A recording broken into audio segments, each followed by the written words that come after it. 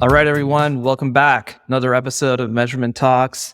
We're hitting it on the regular these days. And last week, one of our friends, Dr. John Snow from the Snow Agency, he has been on a tear with the insights on X and in his newsletter recently, but he did this analysis to try to see if he could find a correlation that helped him understand the various meta issues that they've been seeing and that many people have been seeing, which his version, I'll try to very high level it. And then Brian, I would love for you to dig into the numbers because I know you did your own analysis, but the high level is that he found a correlation which led him to believe that there was a drop in the number of sales that are being accepted by Facebook when they were sending the events back to Facebook, which was leading to the worst performance on Meta. So that's the high level takeaway that he found in his study. But Brian, what did you find? What was your sort of takeaway from the numbers that he shared?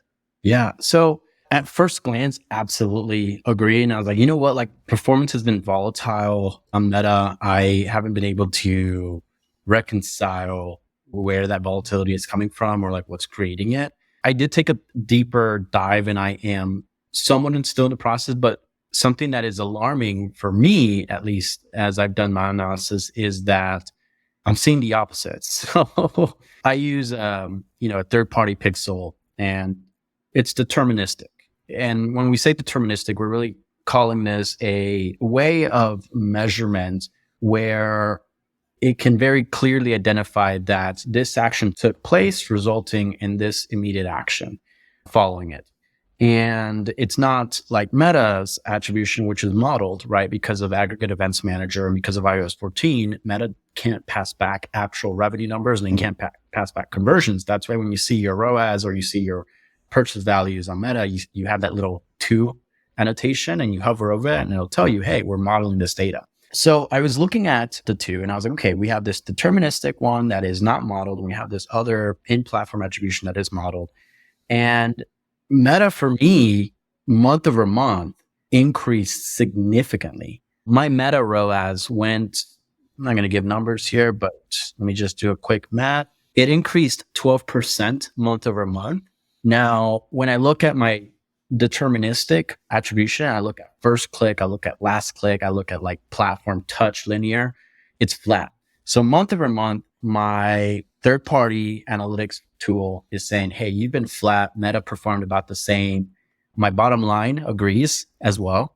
Can I tell you a quick joke that I heard? So I hosted this exec dinner in San Francisco. You should come sometime. I hosted this exec dinner in San Francisco. It was all founders or CMOs at brands. And this woman who is the CMO of a beauty company, she said, you know what's funny is all of my tools tell me that my revenue is going up, except my actual business. The room just roared. It was so good. Anyway, sorry, keep going. So I knew where you were going with that. As soon as you said all of my tools, I was like, yeah, I been there. If only. But yeah, Meta ROAS is saying that it increased. So I'm not seeing attribution challenges. I actually saw over-reporting of attribution on Meta this month. And so I'm now even more puzzled. I have a theory because you said something very critical. Do you use a third-party tool to send the events back as well to Meta? I mean, we use Elevar, but these are completely separate tools. But I use Elevar for server-side tracking, and I pass back my events, my web and server events through Elevar. But my attribution tool is completely separate from that. Okay, got it. Where were you going with this? I don't know what Elevar does or doesn't do behind the scenes. It's like Telium. I'm just saying I'm not making a comment on Elevar's particular practices when I say what I'm about to say. But I think that there's 2 different ways that you can send events back to Facebook. One is you use a third-party tool like Elevar or Blotout or, there's a bunch of these tools. Or you just use the native CAPI integration, basically, which is what you would happen if you just did the direct download from Facebook onto your Shopify, right? And so I wonder if we ask John whether he was using a third-party tool or the native, if that will account for the difference. And I'll tell you why I think this might be part of the reason.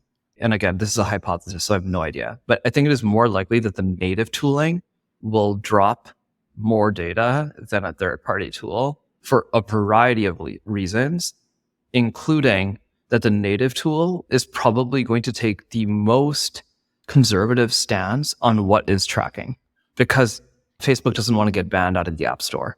So like the most conservative stance when somebody says do not track would mean that they don't accept the event data back and would concur with what John is seeing. Whereas like a less kind of like stringent view is like, hey, this is now first party data. I now have a first party audience that I am sending to Facebook. And so it's not actually tracking on the particular event. It's just saying these people are purchasing, right? And so it's like, depending on what stance you take, I can actually see different tools sending different amounts of data back to the platform. Yeah, I agree with you. Absolutely. Especially with limited data use that's active in California, depending on how your settings are configured. And if you over index on in California, more so or less than other brands, those are definitely all parameters. One question not a question, but a statement, and I want to get your thoughts on this. Cody Plofker at Jones Road, made a statement of, well, look, it's not an attribution issue only, because I think from Jon Snow's post, there was this sort of takeaway of, oh, it's only an attribution thing. It's only a reporting issue. We have nothing to worry about. Just ignore the numbers and keep trucking forward. But Cody said, well, look, it's not an attribution issue, because if Meta believes that it's getting less conversions, that will ultimately create a negative feedback loop where you could see decrease in efficiency over time. What are your thoughts on that? Do you have a perspective? I think it depends on if it's Meta's native tool that is saying no to those events, or if it's a third-party tool. So it's like, let's just say it's Meta's policy opinion that has started to like crack down. And so this was like, by the way, at the end of that thread, John then proposed, hey, there's two possibilities here, potentially. Like, he's not making a statement of belief, by the way. He's like doing it in the right way. He's saying like, hey, my best guess is like, maybe this is an internal test where they're like trying to figure out what happens as like third-party cookie goes away and you have even less signal that you can send back, or it is just a bug, right? And he's like, I'm not sure. And then I replied to that one because I thought it was like, first of all, I think it's good of him to just like propose, hey, here are things that I'm guessing. And so I was like, hey, what if it's like neither of those things? And it's even worse. It's like Facebook has actually decided that it's going to take a stricter policy stance on what events it's going to receive back, assuming it knows that it comes from somebody who they sent to your website. And they're saying like, hey, we cannot use this data. If they are doing that, their modeling will still continuously get better. So like the one good thing about Meta is that they are extremely committed to like, even if Apple says like, hey, you cannot receive all of this raw data, they're going to do as best of a job as they can to model as effectively as they can. And so the degradation to targeting ideally is like dampened because they do a good job of that. And they continuously do like a very good job on modeling as they need to reduce the amount of signal coming in. And so like, of course, Cody is right? Like, of course, with less data, your ability to model becomes worse. I just would add the nuance that I think that I wouldn't worry a huge amount, because I think Facebook is going to do their absolute best to like help recover from that in their targeting. Yeah, that's fair. I hope that this discussion, this analysis, and that people continue to do their own analysis as well, and that we discuss this and bring this conversation top of mind as many places as possible. But one of the things that concerns me is that just Meta's lack of communication on this. If they did something internally, and if they wanted to run this experiment, and they're like, well, what happens if we get less visibility into conversion tracking and signal? Why not communicate that? I think that the company did an exceptional job with the rollout of iOS 14. There was plenty of notice heads up. There was tons of information, how to navigate, how to interpret, how to handle this. Even with LDU, limited data usage rollout, and CCPA, the company did an exceptional job communicating. And those, that was before iOS produced back in 2019, I believe. But I think what's creating a lot of speculation and a lot of conflict right now and uncertainty is that Meta has been a little bit in the dark about, it hasn't really communicated any of these changes, any of these tests, and we're all sort of speculating and trying to piece this together. So you've got that, and it could be because of maybe some of the delivery bugs, and maybe there is a problem and they don't have a solution yet or any sort of like way of communicating it. So they're sort of just buying their time and waiting until they have internal communication figured out before they go externally. So maybe that's, again, I'm speculating again, but Yeah, exactly. Yeah. I think the tough thing is like they're between a rock and a hard place. It's like yeah, too transparent. And as a public company, then all of a sudden you have all these stock analysts like barking down your throat about like, hey, if this is like a systemic issue, then how's it going to affect your stock? And, how's it going to affect and you're just like, oh my God. I was just trying to communicate to my customers that, here's something to think about. And then on the other hand, it's like, maybe they aren't doing it because they just don't need to. It's like, where else are you going to go? For all of the talk about like people being upset with Meta, where else are they going to go? where are you going to go? So, I'm like, maybe they're just like, we're better off saying nothing, right? Like maybe that is actually like, it is strategic silence. That wouldn't shock me. That would be like a very rational decision. Yeah. Well, it's a great segue into a next topic. Well, maybe the topic after the next one. New channels. No, dude, let's do it. Yeah, let's hit it. Yeah, let's talk about new channels. Where are you going to go? I want to share a quick story first, okay? And then I want to hear what you're doing. But I've been spending more time with a bunch of like non-Meta, non-TikTok channels because they've been asking for our advice on how to get into e-com. And so they want to do like tech partnerships and things like that. I'll talk about it too off recording also, but think like mobile ad networks or the Snaps and Pinterests of the world and things like that, because all of them are like, hey, in order for us to crack e-com, we need to get better at direct response because that's the only way that e-com merchants of like serious spend scale, but not the Fortune 500 are going to spend with us. The fastest way to unblock that capital. And then usually the enterprise brands follow, but they're just so slow to test. So for speed, you want e-com and you want profitable performance marketing. Yeah, exactly. And what's amazing is like how many channels are interested in tapping into this e-com market. So I just want to like kick us off with like a note of optimism that actually I am like directly aware of a large number of networks who are seeking to invest into enabling e-com to be able to profitably spend on them. But I guess like who are you guys considering? Like when you look at your testing categories, like who are you thinking about testing?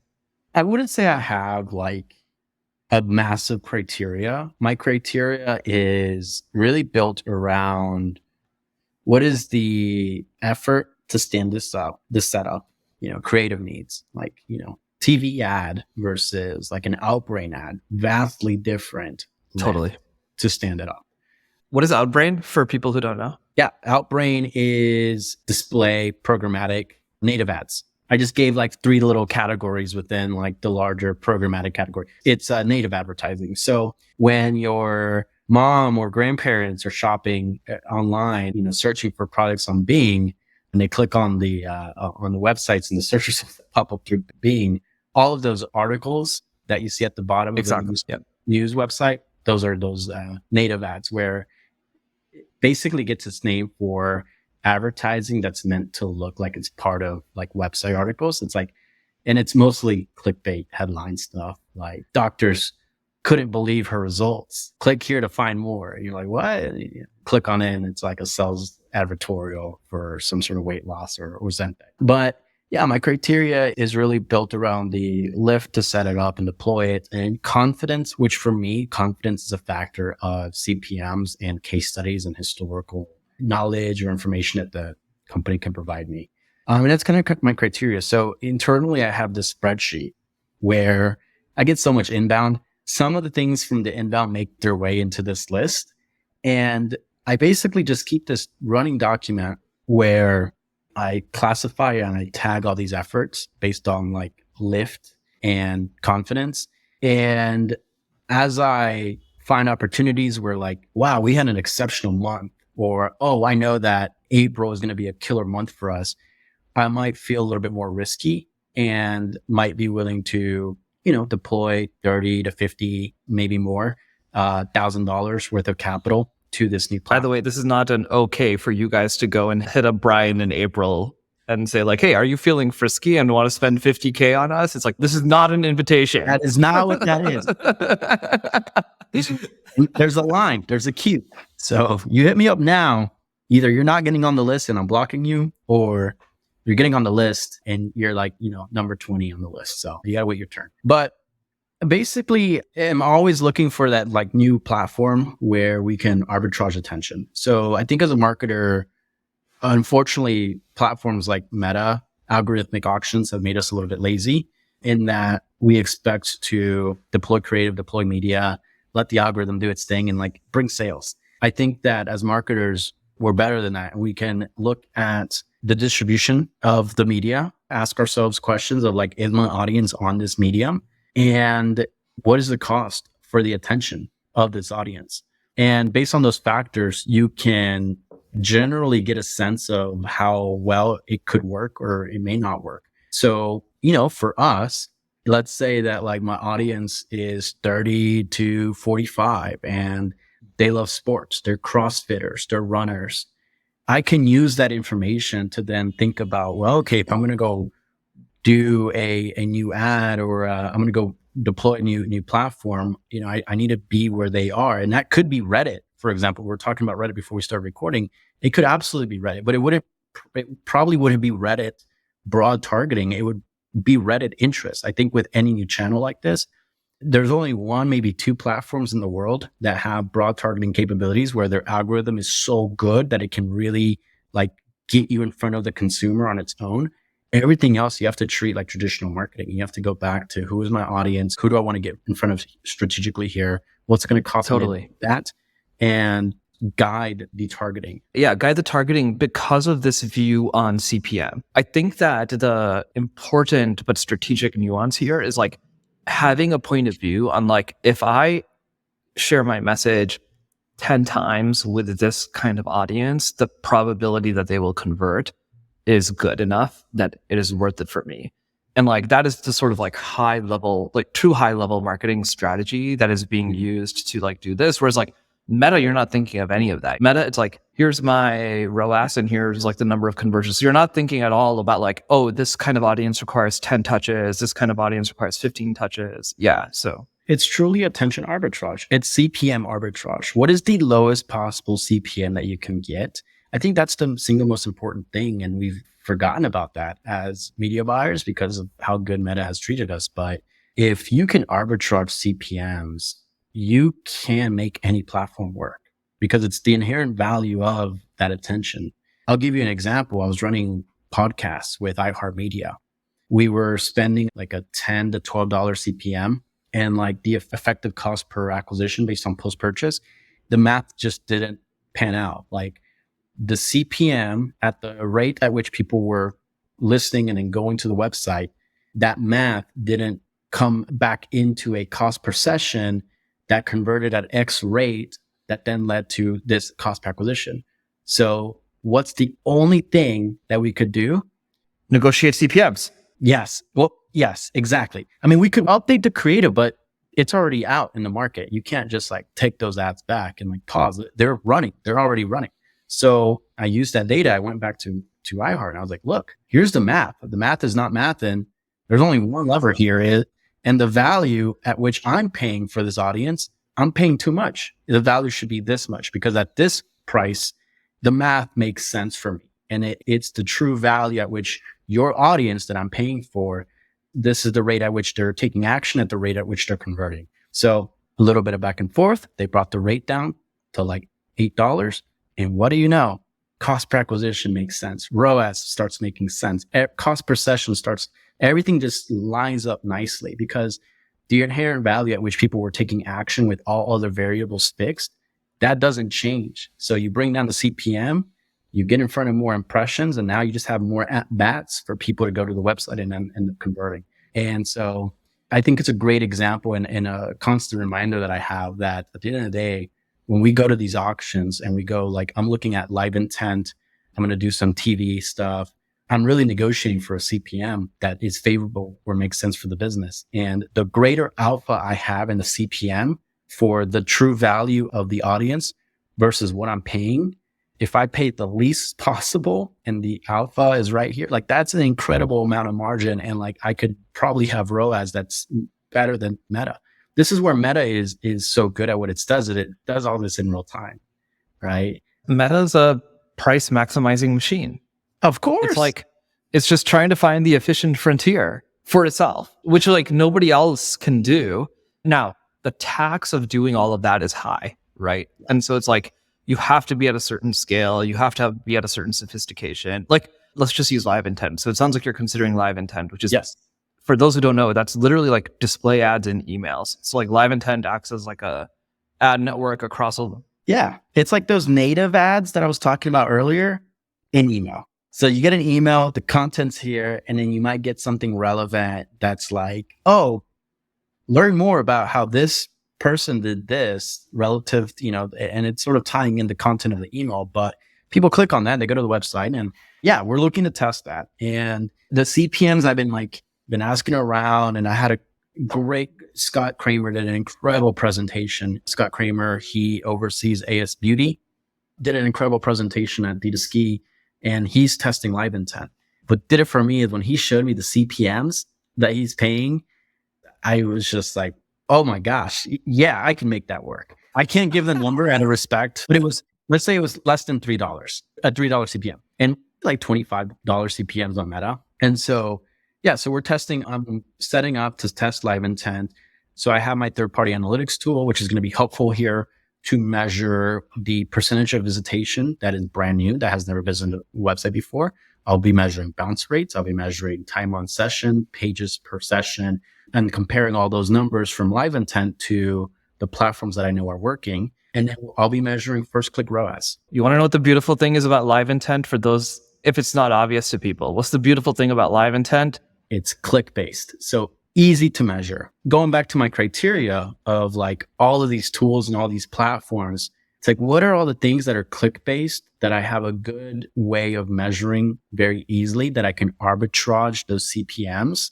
Let me just run all of those. It's probably going to require some hiring, and I'll need to staff and resource them accordingly. But if I can deploy 5 of these, I'm taking up as much attention as possible. So if you're a user that goes and checks your emails, you get a nude ad on live intent. You then go on Reddit, you get a nude ad on Reddit. You're like, okay, I'm going to TikTok, you get a TikTok ad, a Facebook ad. We're everywhere. And I think that's sort of the magic that our marketers kind of forget, is we're like so gung-ho on Reddit, on Facebook and Instagram, but people navigate the web outside of those apps. So it's all about taking up as much attention as possible, as much digital real estate as possible. Yeah, dude, you want to know what I love about this strategy personally? Is that all of those channels are logged in channels. Email, people don't think about it as a logged in channel, but it's an email. So you're getting it sent to an email. And so 100% of those channels that you just described, I mean, okay, Reddit is a little bit convoluted, but yeah, they're all logged in channels. And so it's like, guess what? You're not going to lose anything when the cookie goes away either. And so it's like, not only is it a sound strategy because it's all click-based, but it's also all logged in. And so it's actually future-proof for after this year. So you can test it now. You can use whatever cookies you need to in order to track. But you also don't have to worry about it once the cookie goes away, because you're just like, this email got sent to this person who I wasn't able to capture in another channel, and they purchased. Great. Live intent works to capture those kind of people. Yeah, that went over my head. You're absolutely right about that. I think everyone should test one new channel a quarter, maybe not Q4. So you can test 3 new channels a year. Maybe not Q4. I love that. Yeah. Over time, you'll find ways to diversify your spend. That's one of the presentations that Scott gave 2 weeks ago, is how to bring down their allocation of spend from just strictly Meta. And it's been an initiative of ours, right? Meta was at one point 80% of our spend, and we've been able to chip away at that and just bring it down so that we can eliminate dependency. But you have to be where your consumers are. And I think for a lot of people, Meta will continue to do so, to be that primary channel. But the more you can find other winning areas, and you can do the math to figure out what your right CPM is and arbitrage the attention of those audiences, then it allows you to build more resilience as a business. So you're not dependent on one channel. Totally. Okay. I want to quickly touch on one last topic. We'll do this one as a quick tour, and then we'll do a deeper dive in another time. But we were talking a little bit about audiences when we were talking about the new channels.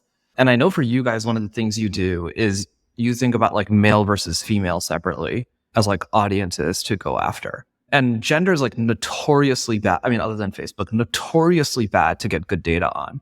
So it's like, if you were to use an open web segment on gender or sex, it's worse than 50-50. It's worse than being random about it. And so how do you think about attracting particular audience types to your site or testing for whether or not you're getting the audiences that you thought you were going to get? How do you do that on Meta? And then I have a few follow-ups from there. Phrase that question one more time. How do I think about testing audiences? Like you guys are trying to sell to men in addition to women, right? That's like one of the big things for Nude.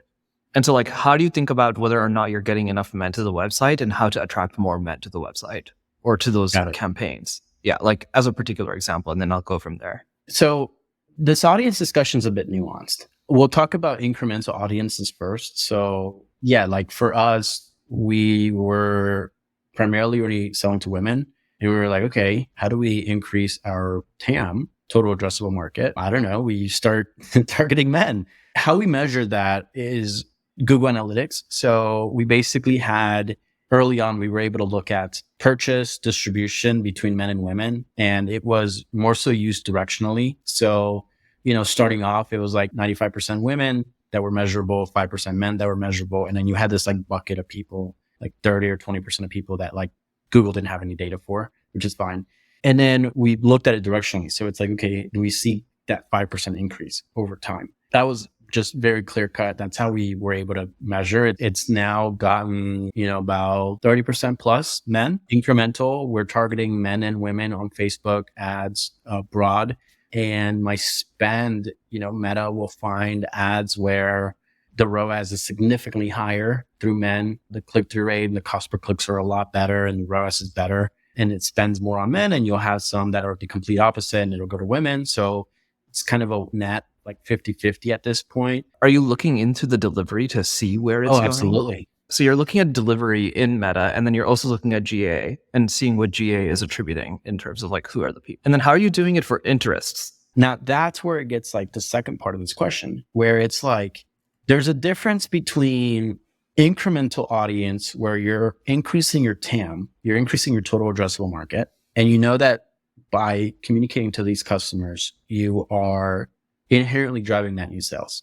And then there's also audiences that are a bit more persona focused, where like you could already be hitting these people, but now it's not about whether or not they're incremental. It's more about, can you communicate them in a way that resonates better to increase the conversion rate, the relevance, and overall increase your efficiency.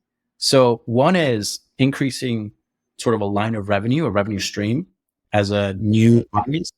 And the other one to me is, I think about it as more of how do I improve my conversion rate optimization? So when we tested the format experience, men and women, that to me was about having more relevant message.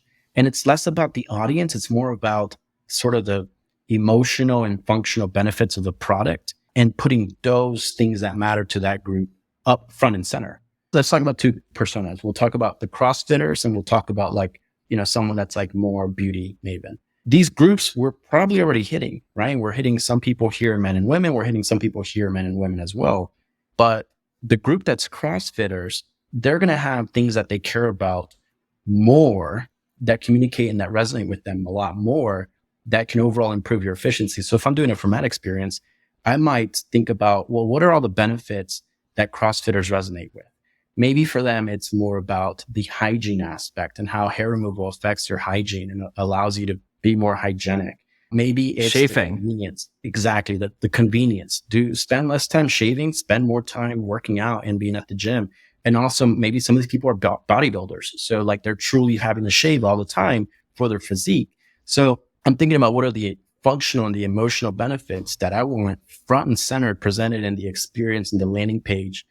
And, what is the hierarchy of that messaging, the priority of the communication? You'll still run through probably all your features, but it's the order at which you present those features that matter. And then for the beauty mavens, it's probably something completely different. For them, it's about like more about the confidence and more about the fact that like you don't have to go get waxes at a salon anymore. So here I'm going to talk about waxing. Here I'm going to talk about convenience.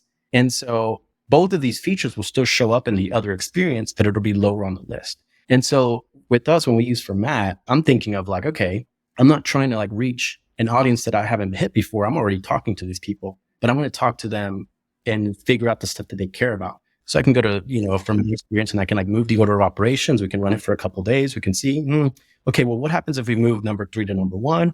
Okay, that's what they care about. And now I can deploy a bunch of more personalized experiences at scale and increase the efficiency and the relevance. And it's less about tapping into a new audience. It's more about decreasing my CAC when I talk to persona A versus persona B versus persona C. That's super interesting. Dude, this is so gold. Audiences as a TAM expansion versus conversion optimization.